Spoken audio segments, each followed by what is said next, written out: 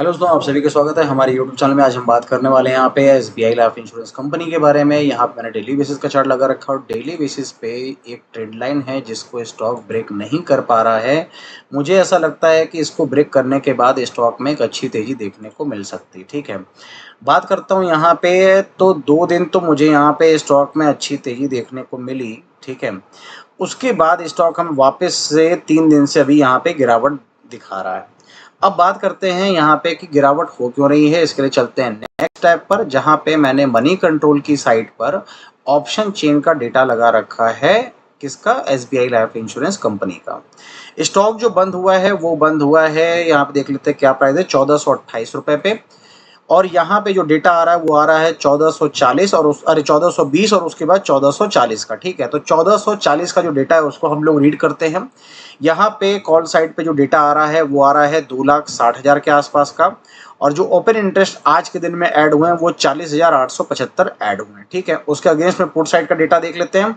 यहाँ पे जो ओपन इंटरेस्ट आज के दिन में ऐड हुए हैं वो हैं 6,375 और जो पुट साइड का डेटा आ रहा है वो आ रहा है 74,625 का। ठीक है, अब बात करते हैं यहाँ पे 1400 की स्ट्राइक प्राइस पे। एक चीज और दिखाता हूँ मैं आपको, देखिए यहाँ पे जो डेटा है वो है 1,06,125 का कॉल साइड पे, माइनस डेटा कितना हुआ है 5,600।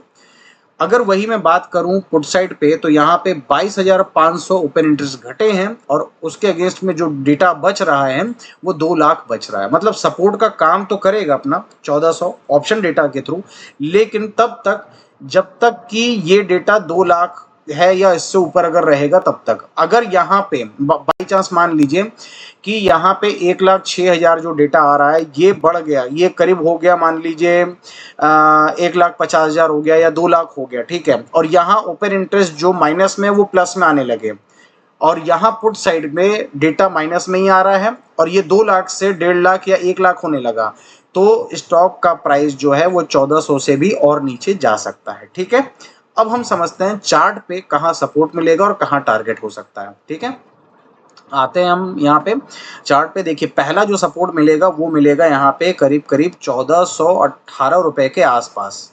ठीक है, उसके बाद जो सपोर्ट आएगा वो आएगा 1402 रुपए का और उसके बाद जो अपना सपोर्ट दिखता है वो मिलता है 1381 रुपए पे।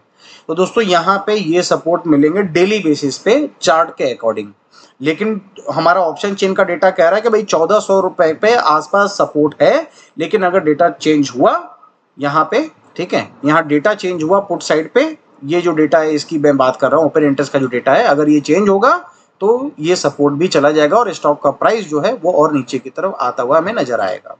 अब बात करते हैं अगर तेजी हुई तो फिर स्टॉक कहाँ तक जा सकता है। देखिए पहला जो आएगा रेजिस्टेंस फेस करेगा वो करेगा 1451 पे। ठीक है, टारगेट भी होगा और यहीं से आगे अगर जैसे जैसे बढ़ता जाएगा वो हमारा टारगेट भी होगा और रेजिस्टेंस भी फेस करेगा। उसके बाद स्टॉक का अगेन जो प्राइस आएगा 1471 टारगेट और उसके बाद स्टॉक का टारगेट आएगा यहाँ पे करीब 1496 तक, फिर स्टॉक का प्राइस आएगा 1527 तक।